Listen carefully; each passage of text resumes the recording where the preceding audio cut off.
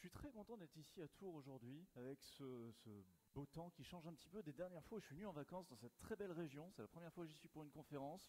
L'accueil dehors est moins sympa, mais tant pis. Aujourd'hui, je vais parler d'applications résilientes dans un monde partiellement dégradé. Mais avant de commencer, une petite histoire. Un matin, il y a très longtemps, un petit peu comme ce matin, je me suis levé très tôt pour partir à l'aventure. Sauf qu'à l'époque, on est parti avec un collègue en voiture pour aller chez un client.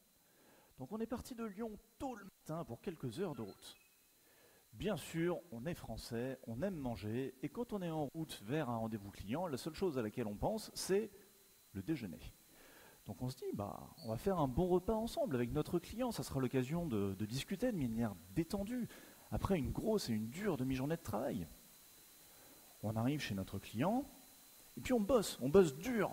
On avait du boulot, il y avait des questions qui attendaient des réponses. Si on avait fait le trajet, c'était pas pour rien. Mais, à un moment, le client nous demande de lui garantir que l'application fonctionnera toujours.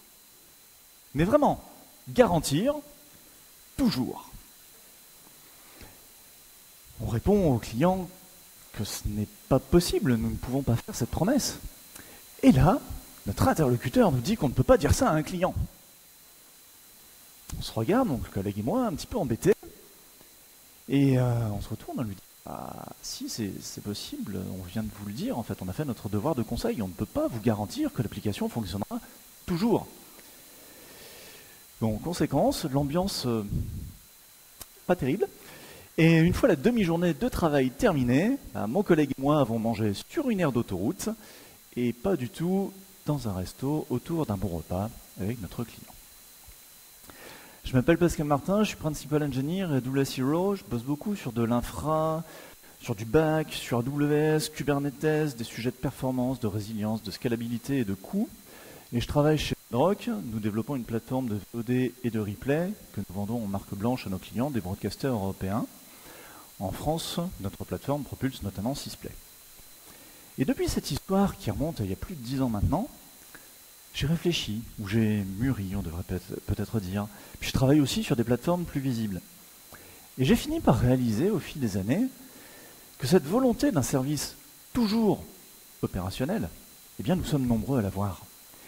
Et même s'il reste impossible de garantir que ça fonctionnera toujours, on peut peut-être augmenter nos chances. Alors avant de parler de résilience, parlons de NEF, de Nines.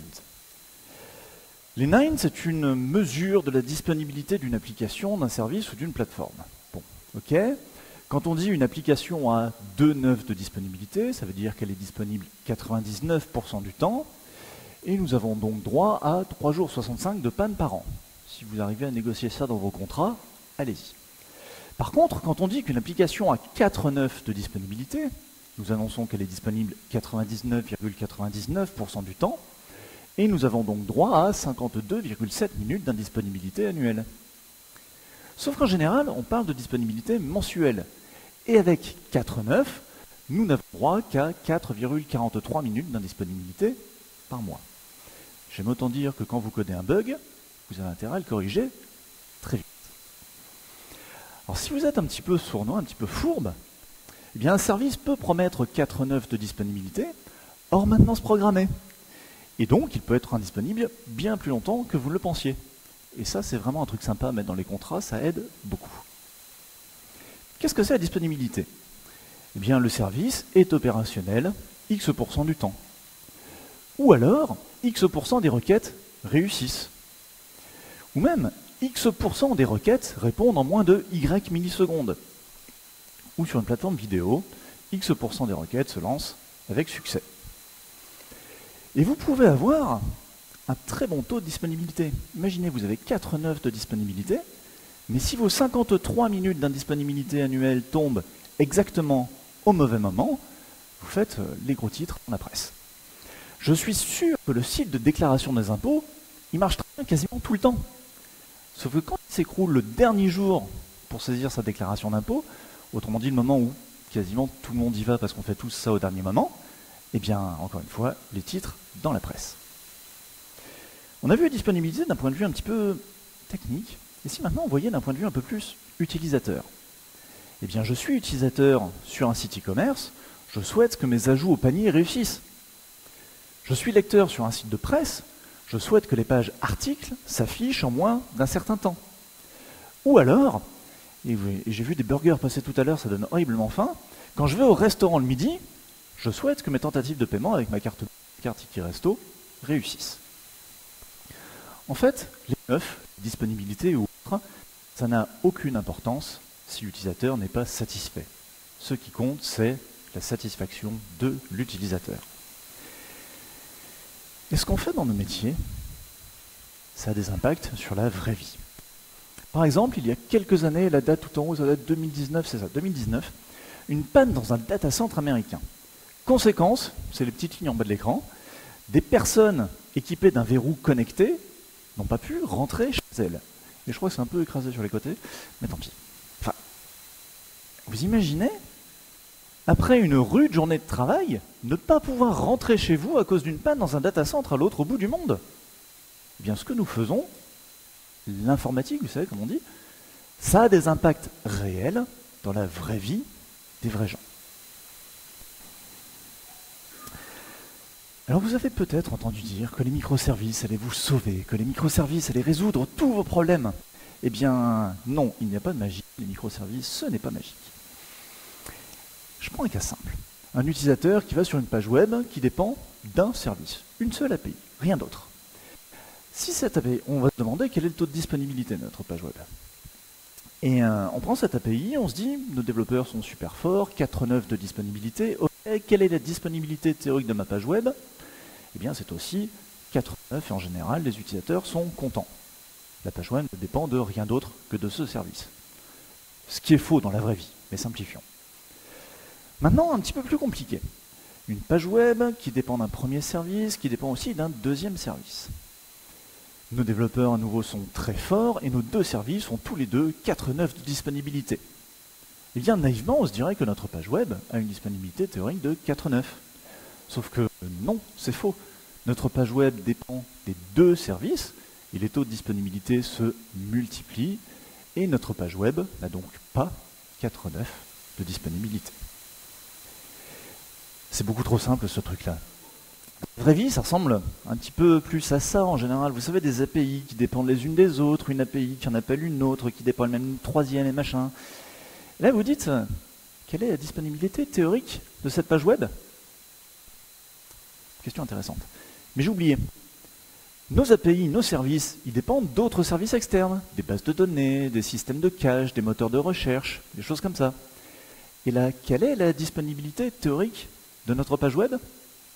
Attendez, c'est pas fini. Ces services externes, ils promettent leur propre taux de disponibilité. Et vous n'avez pas forcément la main dessus.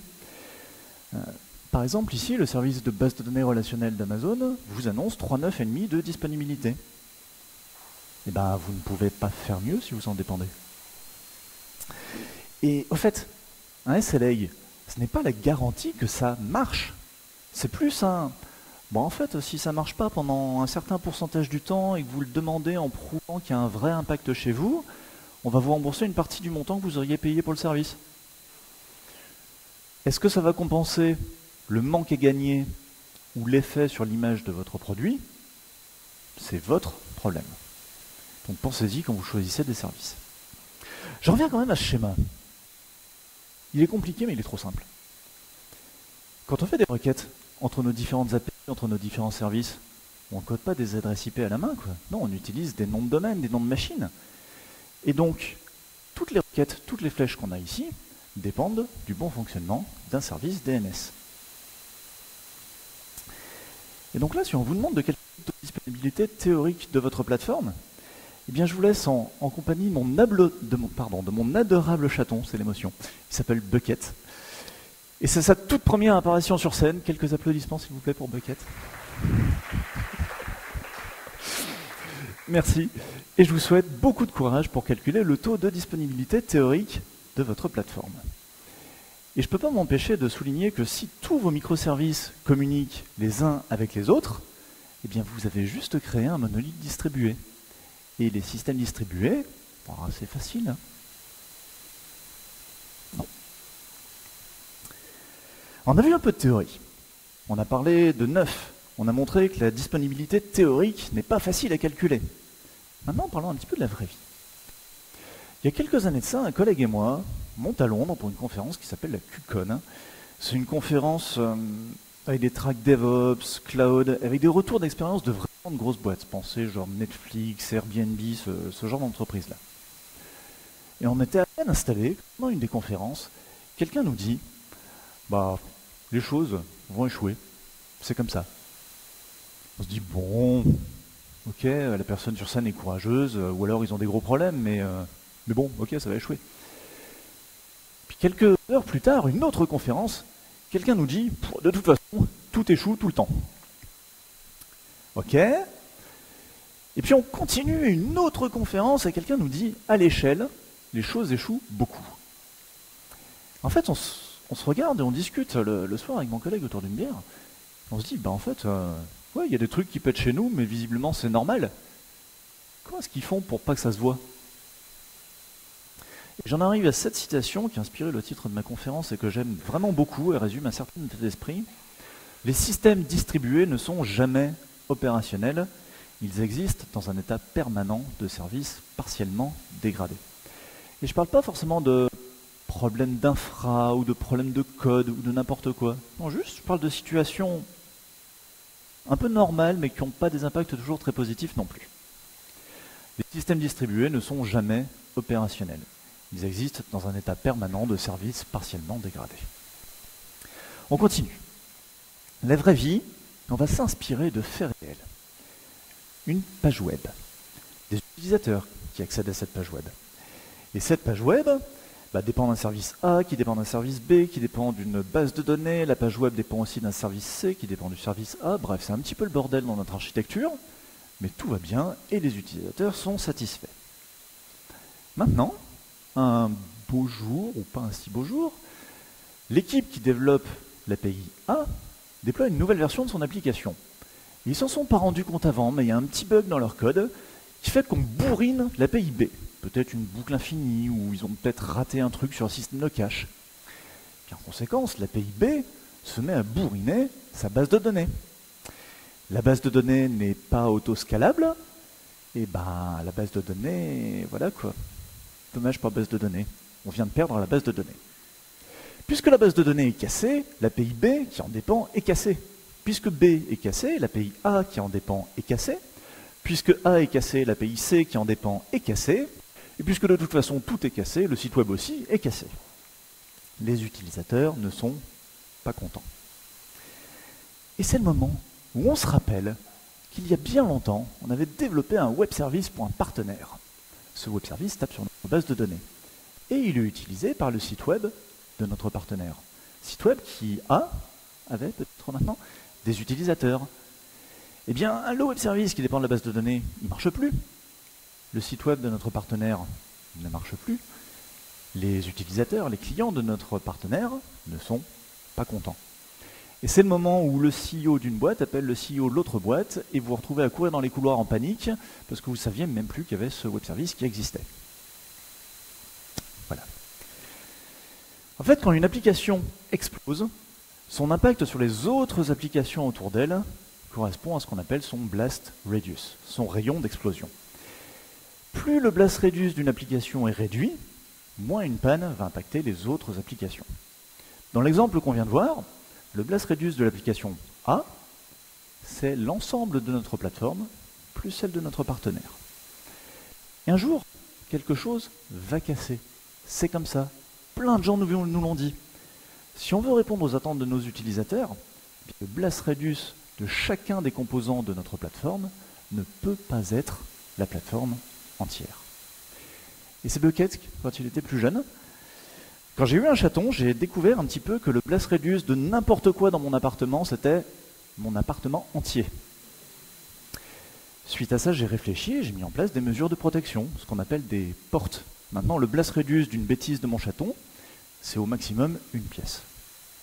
Je ne dis pas que c'est bien mieux, mais c'est moins pire. Mais alors, heureusement, tout n'est pas perdu. On dispose d'outils qui peuvent nous aider. Et puis comprendre des notions, ça va nous aider. Avant tout, on a besoin de savoir ce que fait notre application. Sans ça, on ne saura pas si elle fonctionne bien, si elle commence à montrer des signes de faiblesse, ou si elle est complètement écroulée. On parle d'observabilité, de ces 3 piliers que vous avez là-haut, les métriques, les logs et le tracing distribué. En fait, pour moi, c'est des prérequis, au moins pour les logs et les métriques, et j'en parlerai pas plus aujourd'hui, si ce n'est pour dire que ça peut coûter cher si vous faites beaucoup de logs, beaucoup de métriques. Si vous faites énormément de métriques, la cardinalité va exploser, vous aurez du mal à les stocker. Et puis le tracing distribué qui stocke des transactions entières, ça coûte aussi assez cher, donc on a tendance à échantillonner et à perdre des données. Un peu de vocabulaire. 3 termes, 3 notions. On va commencer par parler de SLI. I pour indicateur. Un SLI, c'est une mesure quantitative d'un aspect d'un niveau de service. Les 4 points sont importants. Mesure qualitative d'un aspect du niveau de service. C'est parfois compliqué d'obtenir ces mesures, donc on est prêt à faire des compromis, travailler avec des taux, des percentiles, des moyennes. Qu'est-ce que c'est? Prenons des exemples. La latence, c'est un indicateur. Nous mettons X millisecondes pour répondre à un type de requête. Le taux d'erreur, c'est un autre indicateur. X% des requêtes échouent. Le débit, nous savons traiter X requêtes par seconde. La disponibilité, qu'on a vu tout à l'heure, ou même la durabilité, nous avons X% de chance qu'un fichier existe encore après 1 an. Une fois qu'on a ces indicateurs, et il n'y a pas de valeur dans ces indicateurs, une fois qu'on les a, on peut commencer à se fixer des objectifs, des SLO. Un objectif, c'est une valeur cible pour un niveau de service qu'on mesure via un SLI. Et bien sûr, choisir des SLO, c'est une tâche difficile. Oui, fixer des objectifs, c'est toujours difficile. On veut des objectifs un petit peu ambitieux, mais il faut aussi qu'on se demande quel effort on est prêt à fournir pour atteindre ces objectifs. Qu'est-ce qu'on peut prendre comme objectif? Eh bien, la latence, par exemple. On se fixe pour objectif de répondre en moins de 25 millisecondes à un type de requête. Ou alors, on se fixe comme objectif d'avoir moins de 0,01% des requêtes qui échouent. Ou on se fixe comme objectif de savoir répondre à au moins 250 requêtes par seconde. Objectif de disponibilité, on en a parlé tout à l'heure. Ou objectif de durabilité, nous visons 14,9% de chance qu'un fichier existe encore après 1 an. Les indicateurs, c'est exactement ce qu'on a vu avant. On a juste remplacé les X par des chiffres. On a fixé des objectifs. Avoir des SLO, avoir des objectifs, c'est génial. Ça nous permet de disposer d'un budget. Qu'est-ce que c'est un budget? Eh bien, si notre niveau de service est supérieur à notre objectif, c'est génial. On a le droit de casser des choses. On a le droit de développer, on a le droit d'expérimenter. Nous avons le droit de casser des choses. Nous faisons mieux que les objectifs. Nous avons donc le droit, vraiment, de casser des choses. Par contre, si notre niveau de service est inférieur à l'objectif, on n'a plus le droit de casser des choses. Donc on va arrêter les nouveautés et on va peut-être plutôt stabiliser un petit peu tout ce qu'on a fait avant. Souvent, on dit SLA, et par SLA, on pense à SLI plus SLO, S plus SLO, enfin un gros abus de langage. En fait, vous ne pouvez passer au SLA, aux agreements, que quand vous avez défini des indicateurs et des objectifs. Un SLA, c'est un contrat que vous passez, que votre entreprise passe avec un utilisateur qui spécifie des conséquences quand des objectifs ne sont pas atteints. Ces conséquences sont liées à des objectifs business et produits en général. On essaye de résumer, on met SLI, SLO, SLA dans un bateau. Bien, l'indicateur, ça peut être répondre avec succès à un certain pourcentage de requêtes reçues pendant un certain temps. L'objectif, ça peut être 99%, c'est un objectif pas très ambitieux ici. Et une fois qu'on a ça, une fois qu'on a l'indicateur et l'objectif, on peut passer au contrat. Et le contrat va dire un truc du genre, en cas de non-respect de cet engagement, on fait un geste commercial ou ce genre de choses. Bien sûr, parlez-en avec votre service légal et n'allez pas copier et coller ça en disant Pascal l'a dit en conférence. J'ai un peu simplifié, en général il y a des documents qui font 50 pages pour dire la même chose. À partir de ces informations, à partir des logs, à partir des métriques, à partir des objectifs, on peut mettre en place des alertes. Le rôle d'une alerte, c'est nous prévenir quand ça commence à aller mal, pour qu'on puisse puisse éviter une panne, ou quand l'application est écroulée pour qu'on vienne la réparer. Et les alertes, c'est bien, ça peut être utile. Mais quand tous les matins, ou tous les soirs, ou tous les jours, Slack ressemble à ça, eh bien la première personne qui arrive au bureau et qui regarde le salon d'alerte, elle va prendre un café. Après tout, vu la quantité d'alertes, il doit bien y avoir encore quelques trucs qui marchent. Et certains matins, il y a quelques années de ça, on était nombreux au café. Et des fois, on se retrouve avec des messages d'erreur qui sont tellement peu informatifs que la personne d'astreinte ne sait pas quoi faire. Imaginez être réveillé au milieu de la nuit par une alerte critique et le message ne donne aucune information. Genre, dans quel cluster Kubernetes il y a un problème qui est identifié par cette alerte? Enfin, on va passer en revue tous les clusters Kubernetes les uns après les autres? C'est pas sérieux. Ou alors, coucou, est-ce que vous êtes en train de faire quelque chose qui pourrait causer des alertes? Non, à cette heure-là, on n'était pas au boulot. En fait, une alerte ne doit sonner que quand elle nécessite une intervention. Et l'alerte doit être actionnable. En fait, on doit pouvoir faire quelque chose pour corriger le problème. Si votre data center a pris feu, ça ne sert à rien de vous réveiller au milieu de la nuit pour vous prévenir, quoi. Vous ne pourrez rien y faire. Il n'y a pas besoin d'alerte. Tant pis, quoi. Je prends un exemple. Admettons, vous avez deux métriques pour deux applications. La première application consomme 30% de CPU, la seconde application consomme 90% de CPU. Ok. Maintenant, question. Quelle application est la meilleure? Et surtout, faut-il réveiller une personne d'astreinte pour intervenir? Je ne sais pas. Je ne sais pas répondre à cette question. J'en sais rien. Non, la vraie question, la question importante, c'est quel est le ressenti des utilisateurs? Peut-être que l'application qui consomme 30% de CPU fait souffrir vos utilisateurs. Peut-être que l'application qui consomme 90% de CPU répond très bien aux attentes de ses utilisateurs. La première gaspille même des ressources. Donc non, basez-vous sur le ressenti des utilisateurs. Et puis prenez en compte vos SLO. Si vous faites mieux que vos objectifs, vous n'avez pas besoin de réveiller quelqu'un dès qu'il y a la moindre erreur. Laissez les gens dormir, ils verront le lendemain. Et puis quand on parle de réveiller quelqu'un, imaginons ce schéma d'architecture avec A qui dépend de B, qui dépend de C, et l'application C s'est écroulée. Est-ce qu'on réveille l'équipe qui gère C, l'équipe qui gère B, l'équipe qui gère A, ou est-ce qu'on fait appel à un ami? C'est le but en fait, de faire appel à un ami. Eh bien très souvent, j'ai vu encore et encore l'équipe qui gère B être réveillée. Pourquoi? Parce que c'est l'équipe qui gère B qui reçoit des erreurs quand elle appelle C. Et donc elle lève des alertes dans son système de monitoring à elle. Non, c'est l'équipe qui gère C qui peut réparer C. C'est pas l'équipe de B qui doit être réveillée.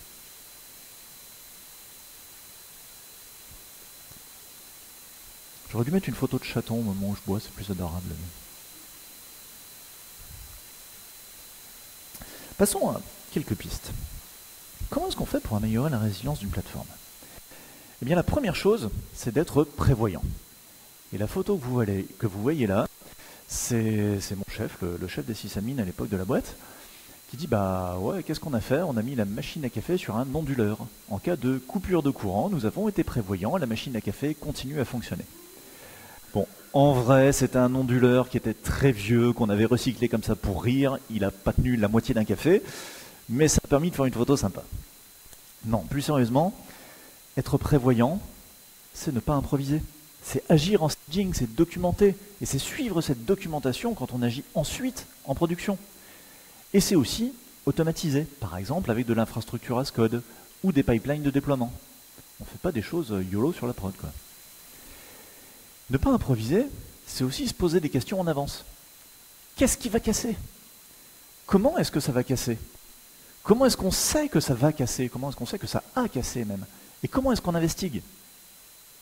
Et vous noterez que je n'ai pas demandé est-ce que ça va casser? Parce que je sais qu'un jour ou l'autre, ça va casser. La question, c'est comment est-ce qu'on s'en rend compte et comment est-ce qu'on corrige? Eh bien, une première piste, c'est mettre en place des timeouts courts à chaque fois qu'on fait des requêtes. Imaginons un utilisateur, une application, cette application dépend d'un service distant ou d'une base de données qui est très lent ou qui est cassé, peu importe. L'utilisateur fait une requête et notre application fait une requête sur le service distant qui ne répond toujours pas et non, toujours pas. L'utilisateur, il est parti. L'utilisateur, au bout de 3 secondes, il est parti sur Twitter, sur Facebook ou n'importe quoi, il vous a oublié. Pourquoi est-ce qu'on a consommé des ressources à laisser tourner cette requête pendant aussi longtemps? Non, coupons la requête tôt et renvoyons une réponse à l'utilisateur avant qu'il ne soit parti. Cette réponse, ça peut être un message d'erreur, on est désolé, il y a un petit problème, revenez plus tard, ou ça peut être une réponse partielle, ça peut être mieux que rien si vous arrivez à en générer une. On ne laisse pas tourner des requêtes pendant des secondes, des dizaines de secondes ou plus, avec les valeurs par défaut de notre ORM par exemple. Et on me dit souvent, ça répond en 10 millisecondes en temps normal, mais donc on a mis 1 seconde de timeout pour être large, quoi. Mais si votre service répond en général en moins de 10 millisecondes, un timeout de 1 seconde, c'est 100 fois plus long que la normale. Enfin, je veux dire, est-ce que vous savez comment votre application se comporte quand elle attend 100 fois plus longtemps que la normale? Eh bien, je parie que vous ne le savez pas, je parie que je le sais parce que je l'ai vécu tout plein de fois, cette situation, et on apprend de ses erreurs. Votre application, elle fait comme ça, quoi, elle explose complètement. Ben oui, attendre en ayant des connexions ouvertes, ça consomme des ressources. Par exemple, je viens d'un monde PHP. En PHP, à chaque fois qu'une requête vient de l'utilisateur, on a un processus qui traite cette requête. Depuis ce processus, si on appelle une base de données, le processus, il l'attend, il ne fait rien d'autre. Donc à chaque fois qu'on attend que la base de données ne réponde pas pendant 30 secondes, on consomme un processus. Le nombre de processus est limité. J'ai vu des plateformes entières exploser à cause d'un timeout à 30 secondes par défaut dans l'ORM. Continuons avec des pistes semi-techniques peut-être. Du feature flipping, pouvoir activer ou désactiver des fonctionnalités à la volée. C'est génial pour activer des fonctionnalités quand on veut. C'est aussi génial pour désactiver des fonctionnalités qui dysfonctionnent ou qui sont coûteuses, par exemple quand il y a un pic de charge. Et c'est encore mieux si on le fait automatiquement. Et puis, on va peut-être me jeter des tomates, mais s'il n'y avait pas de développeurs, il n'y aurait pas de bugs. Et très souvent, quand on casse nos applications, c'est parce qu'on a déployé une mise à jour.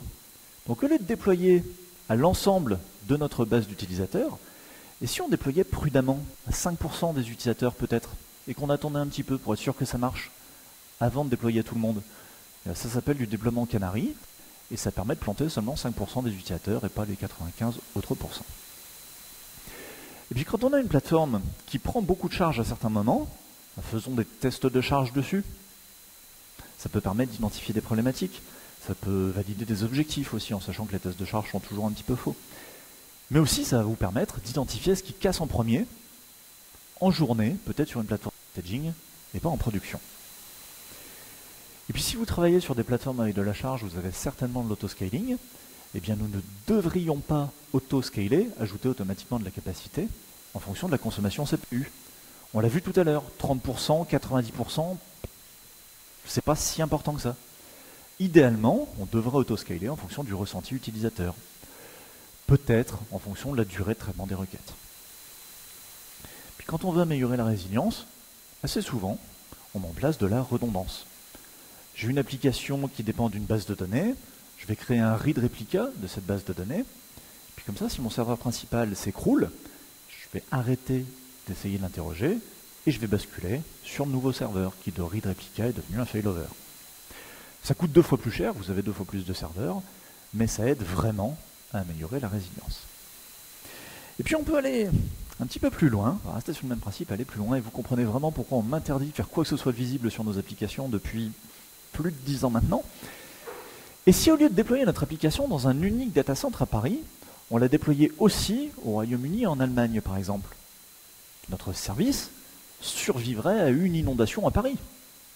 Même un petit peu plus extrême, on pourrait déployer dans plusieurs régions du monde. Et ainsi, on survivrait à un tremblement de terre qui emporterait l'Europe. On aurait d'autres problèmes, certes, mais notre application continuera à fonctionner.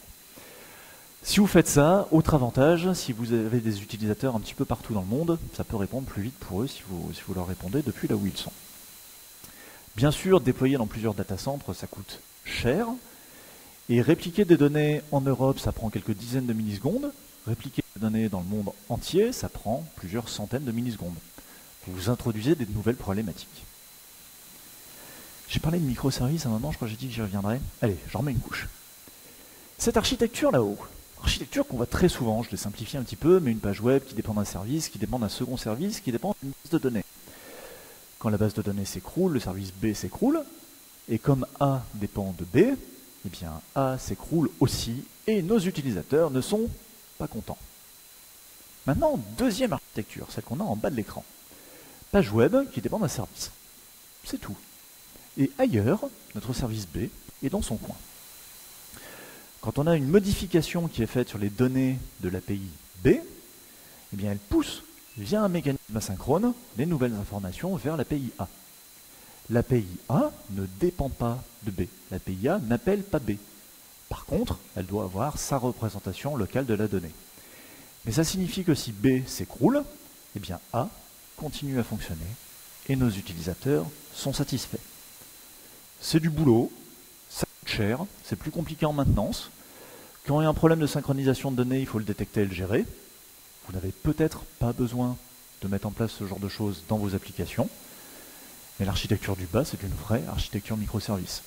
L'architecture du haut, ce ne sont pas des vrais microservices. C'est un monolithe distribué. Et vraiment, je ne suis pas le seul à le dire, des microservices sans communication asynchrone, bah c'est aussi bon, ou pas, qu'une bonne vieille application monolithique. Quand je parle de résilience, souvent la première chose qu'on me répond c'est « je vais ajouter du cache ». Alors à la base, le cache, ce n'est pas un moyen d'améliorer la résilience. Non, au contraire, on introduit deux comportements différents. La donnée est en cache ou la donnée n'est pas en cache. On introduit de la variabilité, on introduit du risque. Mais bon, mettons, parlons quand même de cache. On a une application qui en temps normal tape sur une base de données, la base de données rame un petit peu, peut-être qu'on a oublié d'optimiser un index ou peu importe. Et on se dit c'est lent, donc je vais ajouter du cache. Ok, mettons. On démarre l'application, on fait plein de requêtes sur la base de données, elle souffre, bah oui c'est pour ça qu'on a ajouté du cache, on stocke les données en cache, et puis ensuite, ça répond bien mieux. Mais, au bout de 60 minutes, toutes nos entrées de cache expirent. Oui, on a démarré l'application, on a chargé le cache à fond à ce moment-là, avec des durées de vie de 60 secondes. Du coup, on rebourrine la base de données, qui est un petit peu en souffrance. Mais on remet les choses en cache, et ça se passe bien mieux. Jusqu'à 60 minutes plus tard, où les caches expirent, on bourrine la base de données, mais après ça va bien mieux pendant 60 minutes, et ainsi de suite, vous voyez le truc. Toutes les 60 minutes, on bourrine la base de données, et on est plein d'espoir pour qu'elle tienne jusqu'aux prochaines 60 minutes. Et si on voyait un peu cette approche? Repartons de zéro. On démarre l'application, le cache est vide, on bourrine la base de données pour remplir le cache. Encore que, on pourrait préchauffer le cache. Ça résoudrait ce problème-là. Ensuite, on travaille avec les données qui sont en cache, mais on n'attend pas 60 minutes. Non, au bout de 56 minutes, on a une entrée de cache qui expire. Puis au bout de 58, une autre. Et au bout de 60 et quelques, encore une autre. Puis 63, une autre, et ainsi de suite. En fait, au lieu d'avoir fixé une durée de cache de 60 minutes pour toutes mes entrées, j'ai fixé 60 minutes, plus ou moins 10 minutes en aléatoire. Ça me permet d'étaler l'expiration de mes entrées de cache. Ça me permet de ne pas rebourriner mon serveur de base de données toutes les 60 minutes. Ce que j'ai fait ici, c'est introduire du random jitter, de l'aléatoire sur mes durées de cache. Mais c'est quelque chose qui est valable pour plein d'autres choses, pas que pour le cache. Par exemple, les crônes de 4 heures du matin. Quelques années en arrière, encore une fois, c'est toujours quelques années en arrière les histoires, on ne comprenait pas, tous les matins on arrivait, il y avait plein d'alertes qui avaient sonné pendant la nuit, puis tous les jours, il y avait plein d'alertes vers 4h10, 4h15, alors qu'il n'y avait pas d'utilisateurs sur le site, ou quasiment pas d'utilisateurs sur le site à ce moment-là. Puis tous les jours ça arrivait, encore et encore. On ne comprenait pas. Donc une nuit, on a pris un collègue volontaire, et il a mis son réveil à 3h50, et il s'est levé pour voir ce qui se passait sur Soutu serveur. Ah bah ouais, il a vu qu'à 4h05 du matin, le serveur était effectivement surchargé, que les alertes, elles n'étaient pas là pour rien. Et bon, il a pris des notes, et arrivé 4h20, 4h25, tout allait bien à nouveau, donc il est retourné se coucher, et il s'est dit on réfléchira demain. Le lendemain, le collègue arrive au bureau, et il fait c'est bizarre, mais en fait, je me souviens, il y a très longtemps, j'étais le premier développeur du projet, il a fallu que je mette en place un cron, une tâche programmée, j'ai regardé l'heure où il n'y avait pas d'utilisateur sur le site, c'était 4h du matin, j'ai mis mon cron à 4h du matin. Et puis les autres développeurs, et même le premier, je vais être coupable, ont copié-collé la ligne de cron, et tous les crons étaient tous à 4h du matin. Ça partait d'une bonne intention. Le serveur ne fait rien à 4h du matin. Allons-y, mettons notre cron à ce moment-là. Mais ne les mettons pas tous à ce moment-là. Étalons les crons de minuit à 6h. Et ce que je dis là, c'est valable pour les caches, pour les crons, pour les durées de session, pour les durées de validité de session, pour tout en fait. Si vous ne faites pas des durées fixes, mais toujours un petit peu d'aléatoire, vous allez étaler plein de choses, étaler de la charge, étaler des problèmes. Par contre, vous aurez plus de mal à débugger, parce que quand des fois une entrée de cache expire au bout de 58 minutes et une autre fois au bout d'1h02, il faut y penser, quoi. Maintenant, quelques autres pistes. Vous avez un appel d'API ou une requête en base de données qui échoue. Qu'est-ce que vous faites? Réessayez, ça marchera peut-être la deuxième fois. En vrai, ça marche souvent mieux la deuxième fois. Ou alors, vous avez une requête qui met trop longtemps. Annulez-la et réessayez. Ça marchera peut-être mieux la deuxième fois. Si vous étiez le seul à avoir un problème, ça marchera vachement mieux. Par contre, attention quand même à un petit piège. Imaginons, on est sur une application et sur la première minute qu'on regarde, tout va bien. Il y a des requêtes qui réussissent. Deuxième minute, il y a des requêtes qui réussissent et des requêtes qui échouent. Troisième minute, encore des requêtes qui réussissent, des requêtes qui échouent. Il y a toujours à peu près le même trafic sur notre application. Mais on vient de dire qu'on réessayait les requêtes qui avaient échoué. Donc on va rejouer ces requêtes-là.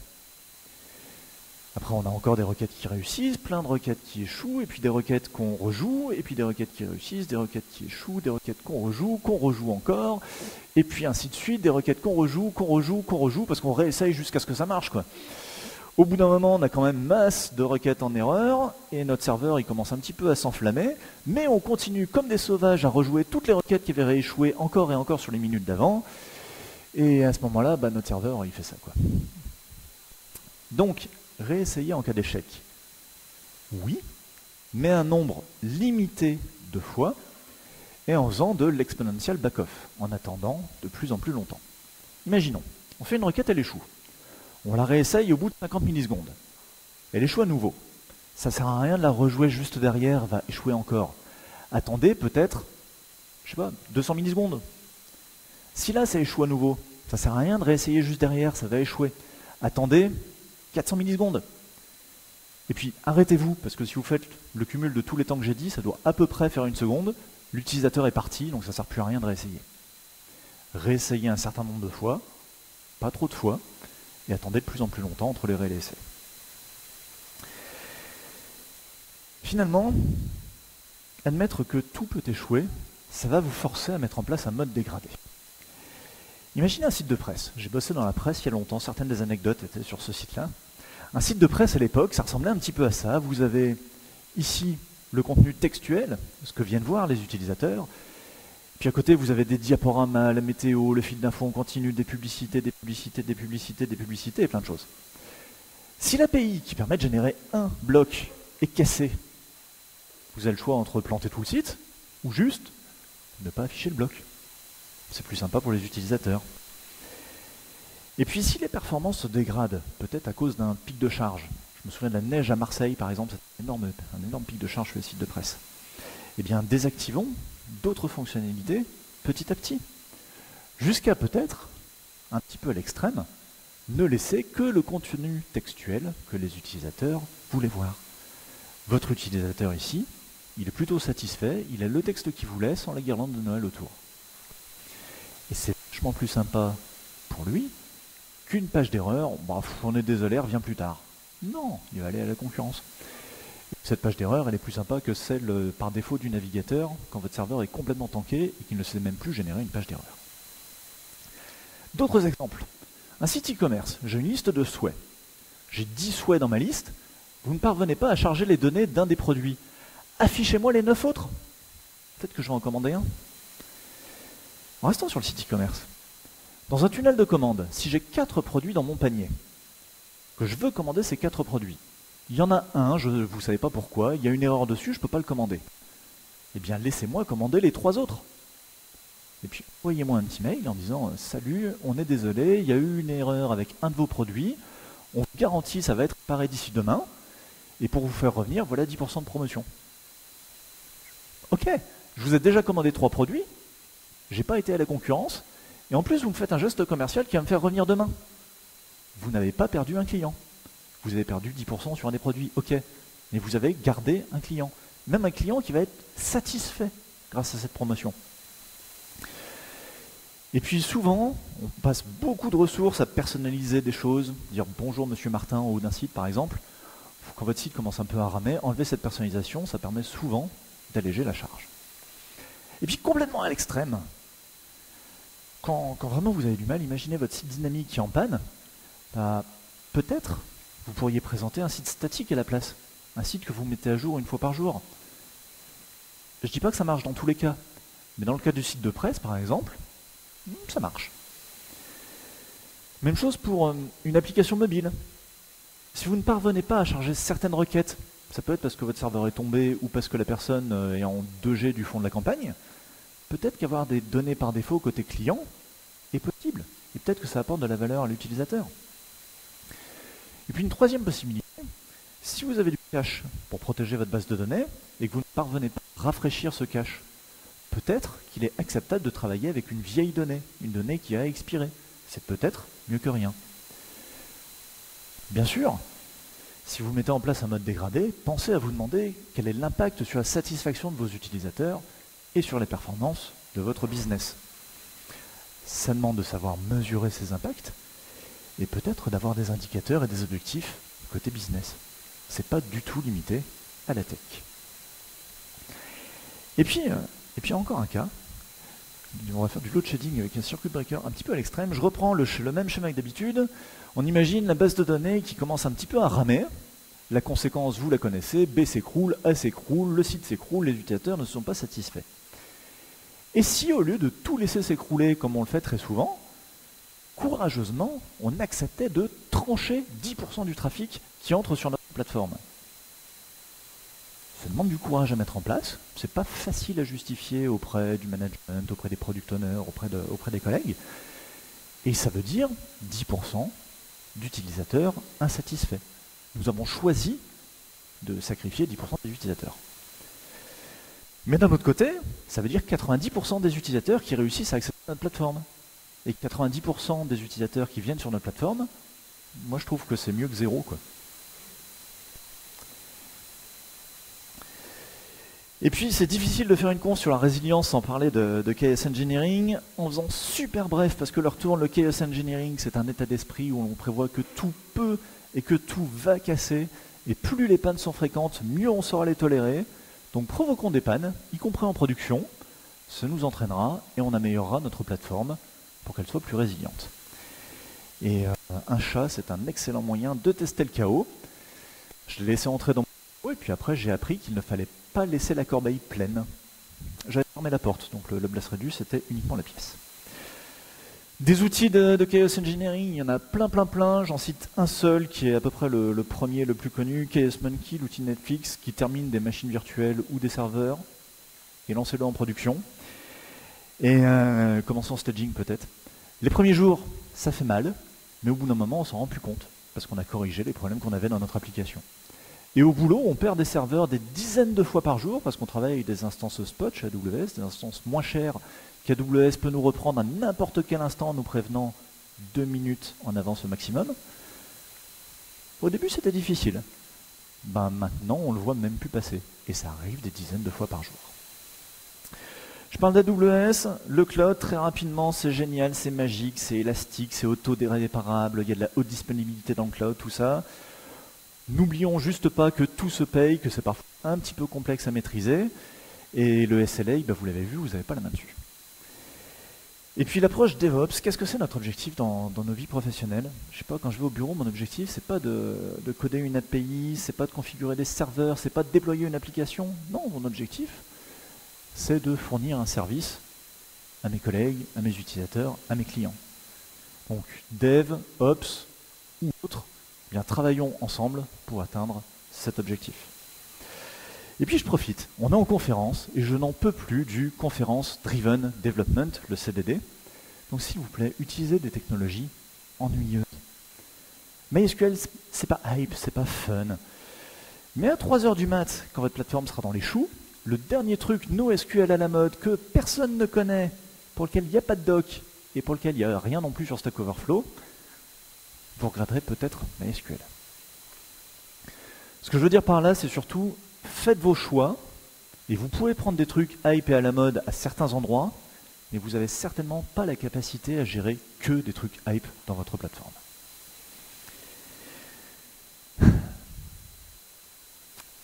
Quoi que vous fassiez, un jour ou l'autre, vous aurez un incident, vous avez un truc qui va casser, c'est la vie. J'aimerais bien ne pas avoir besoin de faire cette section, mais en étant réaliste, ça va vous arriver de toute façon. Quand ça arrive un incident, qu'est-ce qu'on fait? On communique.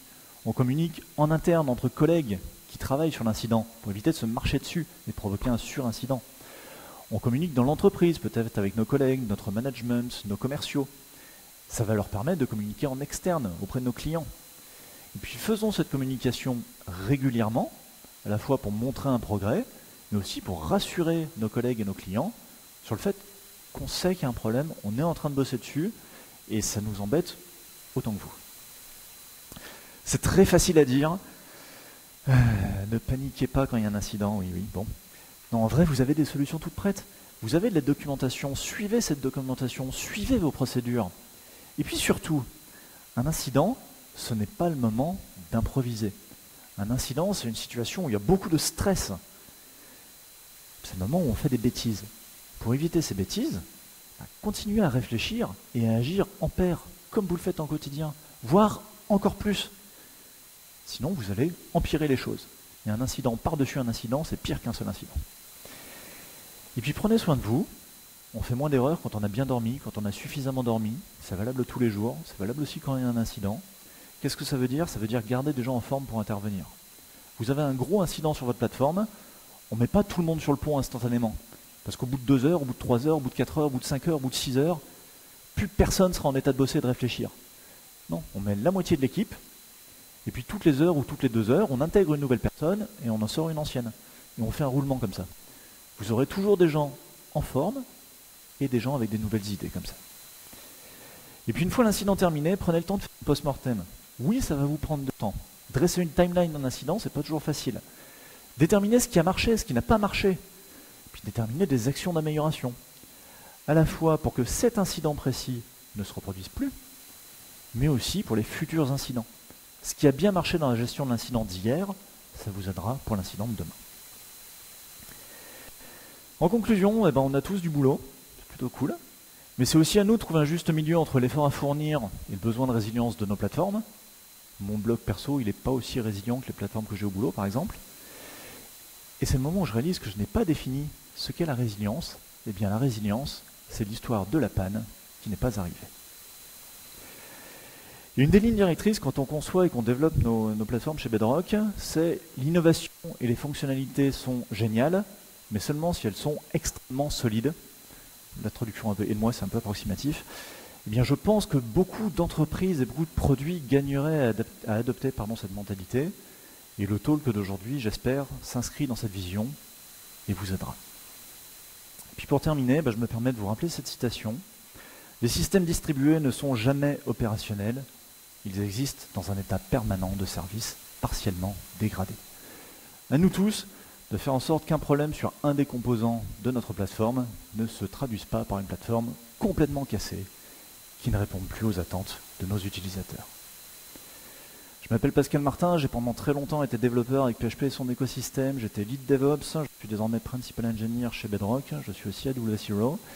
Vous avez mes informations de contact à l'écran et sur pascal-martin.fr. Merci beaucoup, on n'a plus de temps pour des questions, c'est fait exprès, mais vous pouvez venir me trouver là où il y a du café, parce que je sais que je suis toujours là où il y a du café. Venez discuter, vous êtes les bienvenus. Merci.